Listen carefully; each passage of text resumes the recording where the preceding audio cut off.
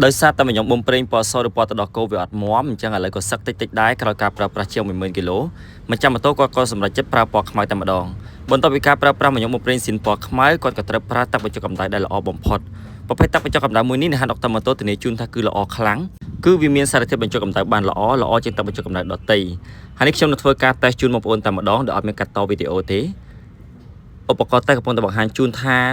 ទឹកបញ្ចុះកម្ដៅមួយនេះគឺមានសារធាតុបញ្ចុះកម្ដៅល្អណាស់នេះបើសិនជាបន្តទៅទៀតគឺដកខាងក្រោមនោះទៀតអញ្ចឹងនៅពេលដែលទឹកបញ្ចុះកម្ដៅល្អបែបនេះទី1គឺវាជួយឲ្យម៉ូតូយើងឆាប់ត្រជាក់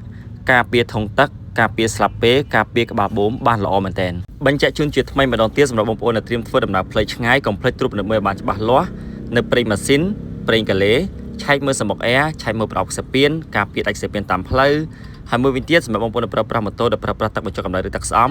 លោកអ្នកគួរតែធ្វើការផ្លាស់ប្ដូរឬត្រួតពិនិត្យមើលឲ្យបានច្បាស់លាស់បើសិនលោកអ្នកត្រូវការគ្រឿងបន្លាស់ដែលល្អមានគុណភាពល្អជាពិសេសការប្រឹក្សាយោបល់ច្បាស់លាស់ទៅលើម៉ូតូរបស់លោកអ្នកអាចមកទទួលសេវាកម្មផ្ទាល់នៅហាងដុកទ័រម៉ូតូ